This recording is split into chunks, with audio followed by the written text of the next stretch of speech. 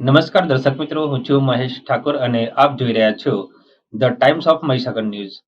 નજર કરીએ આજના મહત્વના સંતરામપુર નગરમાં આવેલ તાલુકા પંચાયતમાં ગ્રામસેવક તરીકે ફરજ બજાવતા કે.એલ. તાવિયાડની પ્રશંસનીય કામગીરી જોવા મળી આવી.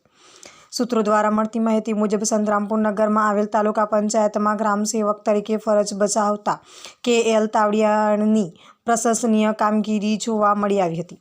જેમાં સંતરામપુર તાલુકાના ડોટાવાડા ગામે રહેતા તાવિયાડ કનકસિંહ નામના વ્યક્તિ 3 જાન્યુઆરી 2024ના રોજ સંતરામપુર તાલુકા પંચાયત કચેરી ખાતે પોતાની માતાને લઈ પીએમ કિસાન યોજના KYC અપડેટ કરવા માટે આવ્યા હતા. પરંતુ પોતાના માતાની ઉંમર આશરે 100 જેટલી હોવાથી તેમને પંચાયતમાં આવેલ બીજા માળે હોવાથી ચડવા અને ઉતરવામાં તકલીફ પડી. તેના માટે તેમના માતાના પુત્રએ તેમની માતાને નીચે કમ્પાઉન્ડમાં ગેટ પાસે બેસાડી ઉપર કચેરીમાં જઈ ગ્રામસેવકમાં ફરજ બજાવતા ક્રિષ્ના મેડમને બધી રજૂઆત કરી હતી.